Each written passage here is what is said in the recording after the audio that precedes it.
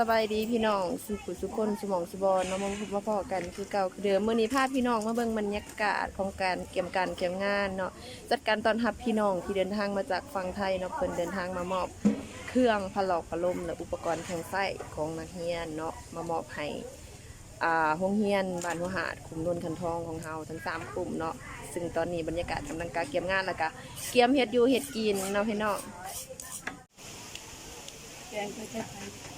ตอนนี้คั่วปลาเนาะพี่น้องคั่วปลาไว้ถามพี่น้องทุกเมนพี่น้องไม่ให้กินเลยเมื่อเลยด้านตาหลังไปมีแต่พี่น้องเลยกินไหม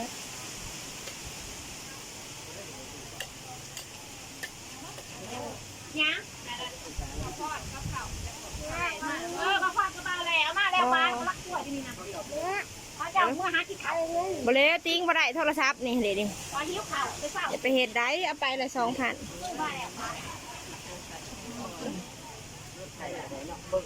แล้วป่ะอีกจักเดินนะ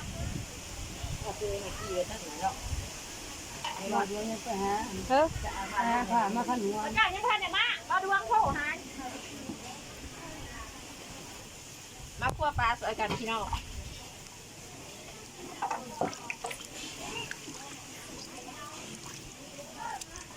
ลมแห้งดีๆร้อน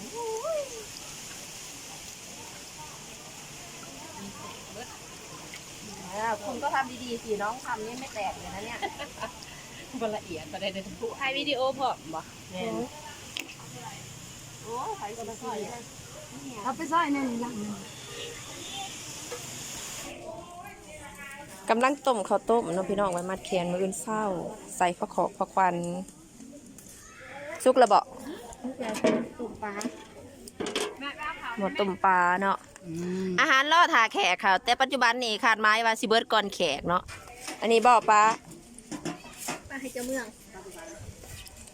อ๋อนี่เพิ่นเอือบ1บ่ปลาฮะจ้าขอเขาทำสดอีหยังเนาะแซ่บบ่แซ่บบบรรยากาศสงัดสมิงไข่เนาะวางหันละป๊าดมาเป็นหัวอร่อยกินข้าวสามัคคีรอดทาแขกบ่ทันมาตอนนี้ปลาเบิร์ดค่ะ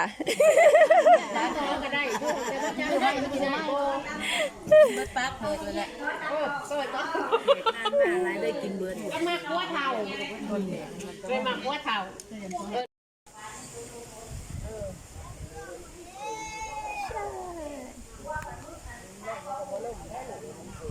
ลมแห้งขนาดมันนี่ลมแห้ง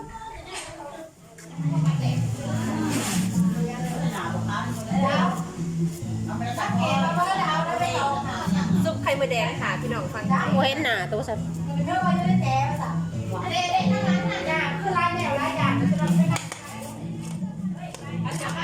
ซุปไข่มดแดงค่ะพี่น้องฟังไทยน้องกำลังเดินทางมาเยี่ยมค่ะอาหารบ้านนอกเข้าอาหารสันสูงไม่ได้กินง่าย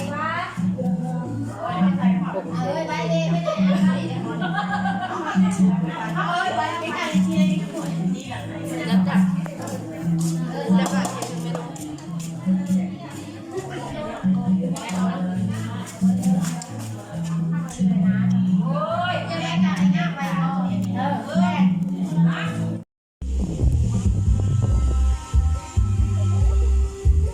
อนนี้มาฮอดแล้วพี่น้องเข้าไปหาพี่น้องฟังไทยน้ำกัน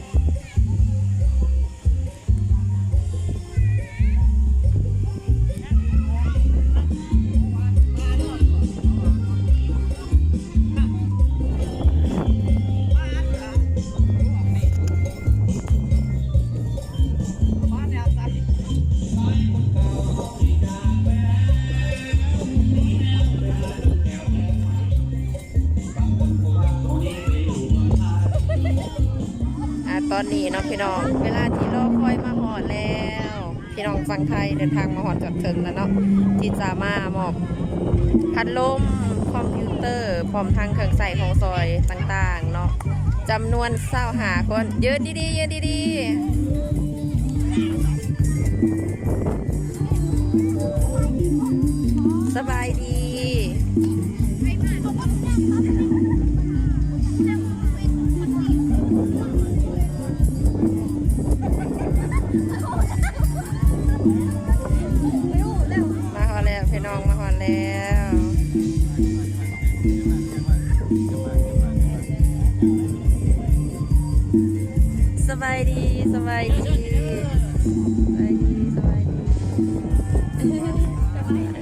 ายดีสบายดี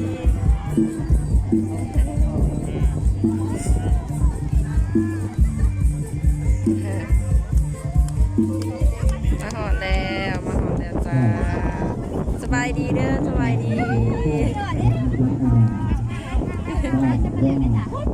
คนทองในการหักโต้พี่น้องคนที่เดินทางจากฝั่ง